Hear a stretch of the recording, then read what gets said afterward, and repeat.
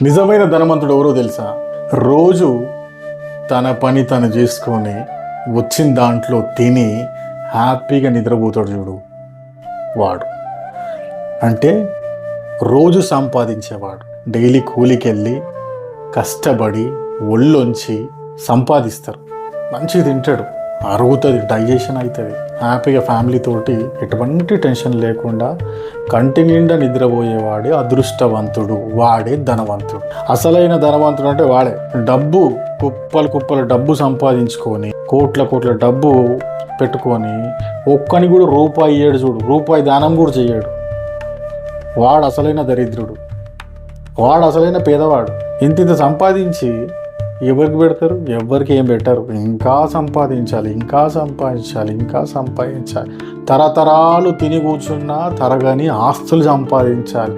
వాళ్ళు, వాళ్ళ కొడుకులు, వాళ్ళ మనవాళ్ళు, మునిమణివాళ్ళు, ఇదే అని పేదవాడు పేదవాళ్ళలాగానే ఉంటాడు ఎప్పటికీ. వాళ్ళ బతుకులు మారాయి. వాళ్ళ బతుకులు ఎప్పుడు మారుతాయి తెలుసా? ఆ పేద కుటుంబంలో ఎవరైతే మంచిగా చదువుకొని పైకి ఉన్నత స్థాయిలలోకి వెళ్తారో అప్పుడు మారుతాయి వాళ్ళ బతుకులు. అస్సలైన బ్రతుకులు అప్పుడు మారుతాయి. సో పేదవాడు ఎవరు, ధనవంతుడు ఎవరు ఇప్పుడు? అందుకే డబ్బుందని అహంకారం ఉండొద్దు, లేదని చెప్పి బాధ ఉండొద్దు. లైఫ్ అట్లా వెళ్తూ ఉంటుంది. ధర్మంగా ధర్మం వైపు నడుచుకుంటూ పోవాలి. అన్ని ఆటోమేటిక్గా అవే వస్తాయి కదా.